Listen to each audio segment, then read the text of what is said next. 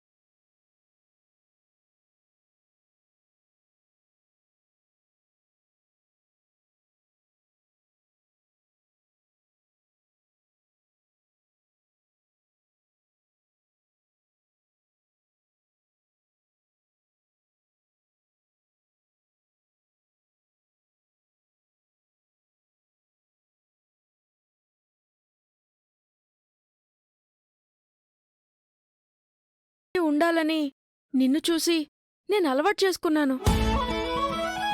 ధనం చూసి పొంగిపోకూడదు, కష్టం చూసి కృంగిపోకూడదని ఎప్పుడూ అంటుంటావు కదా, అది నాకు బాగా అర్థమైంది. సౌకర్యాలు లేని జీవితం గడపడం కూడా మంచిదే అక్షయ.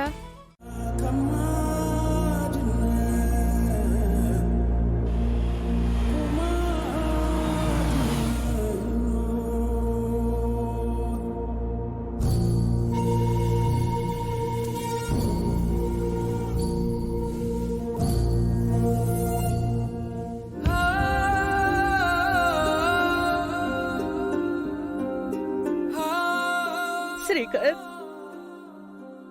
అవని ఎంత పని చేసిందో చూసావా? నేను మీ నాన్న ఎవరైనా అనుభవం కలిగిన లాయర్ గురించి ప్రయత్నం చేస్తాము అంటే అది మా మాట వినలేదు.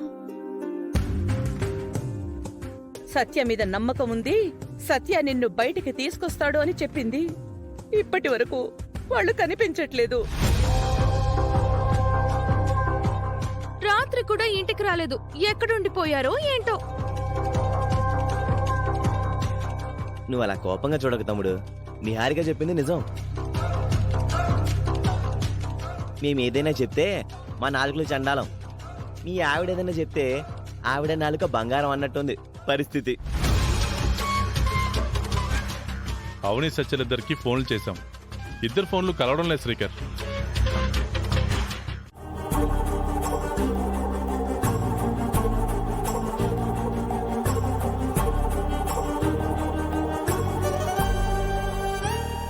Yes, proceed, Mr. PP. Thank you, my lord. Mister Srikar, ఇప్పటికైనా మీరు వికాస్ని ఉద్దేశపూర్వకంగానే హత్య చేశారని ఒప్పుకుంటారా లేదా? నో.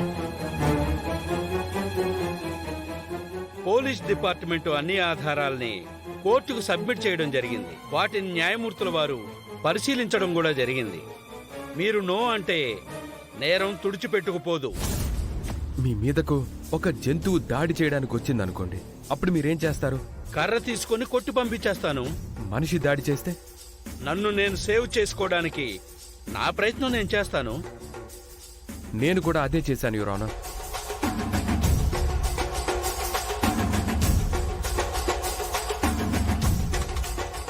నా కళ్ళ ముందే నా తల్లిదండ్రుల మీద వెపన్తో దాడి చేశాడు. నా మీద కూడా దాడి చేశాడు. అటువంటి వాడి నుంచి రక్షణ కోసం నేను ప్రతిదాడి చేయవలసి వచ్చింది. కానీ ఆ దాడిలో వికాస్ చనిపోలేదు. మీరు ఇటువంటి కథలు చెప్పి అందర్నీ మెస్మరైజ్ చేద్దామనుకుంటున్నారేమో. మీ తెలివితేటలు ఇక్కడ ప్రయోగించకండి. లాయర్ గారు అడిగిన దానికి నేను సమాధానం చెప్పాను, యువర్ ఆనర్. యువరానర్, ఆధారాలను తమరు పరిశీలించడం జరిగింది. ఇతను ఇంకా తన మొండితనాన్ని ప్రదర్శిస్తూనే ఉన్నాడు. నేరం నుంచి తప్పించుకుందామని అనుకుంటున్నాడు. కావున ఇటువంటి వ్యక్తి సమాజానికి హానికరమని తలచి సరైన శిక్ష విధించవలసిందిగా కోర్టు వారిని కోరుతున్నాను. That's all your honour.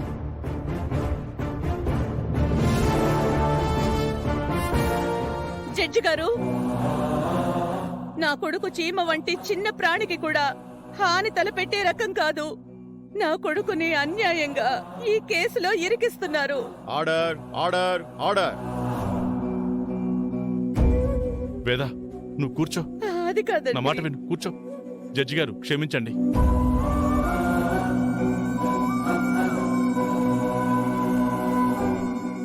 Mister Srikar, మీ తరఫున ఈ కేసు వాదించడానికి ఎవరైనా లాయర్ ఉన్నారా? ఉన్నారు, యువర్ ఆనర్. బట్ ఆయన ఇంకా రాలేదు. వచ్చాను యువర్ ఆనర్.